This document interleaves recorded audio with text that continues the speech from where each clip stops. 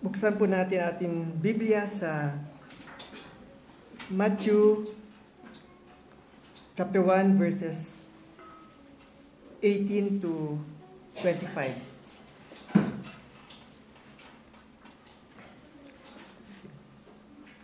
Verse 18. Now the birth of Jesus Christ was as follows. Joseph, before they came together, Now the birth of Jesus Christ was as follows. When his mother Mary had been betrothed to Joseph, before they came together, she was found to be with child by the Holy Spirit.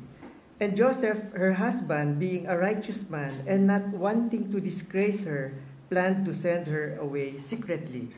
But when he had considered this, behold, an angel of the Lord appeared to him in a dream, saying, Joseph, son of David, do not be afraid to take Mary as your wife, for the child who has been conceived in her is of the Holy Spirit.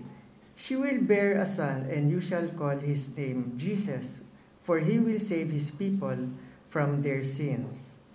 Now, all this took place to fulfill what was spoken by the Lord through the prophet. Behold, the virgin shall be with child, and shall bear a son, and they shall call his name Emmanuel, which translated means God with us. And Joseph awoke from his sleep and did as the angel of the Lord commanded him, and took Mary as his wife, but kept her a virgin until she gave birth to a son, and he called his name Jesus. So dito masasabi natin na si Joseph ay isang righteous man na ayaw naman niya na hiwalayin si Maria, at malamang na sinangguni niya ito sa Diyos dahil sinagot siya sa isang panaginip. At dapat rin natin tularan kung may kabigatan din sa ating buhay na ang Diyos ay handang lapitan at makakatulong sa atin.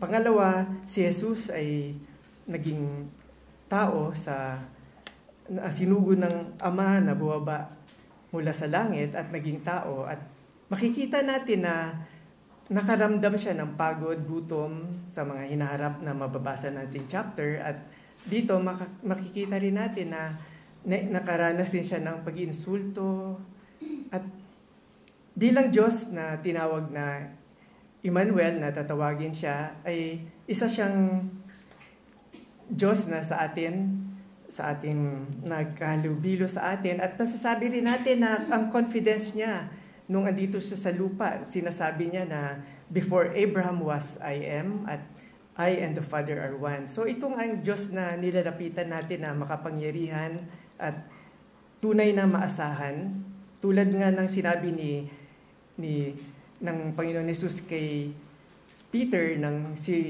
umalis ang mga ibang tao sa pagsunod kay Jesus, ay kung aalis din siya, anong sagot ni Peter?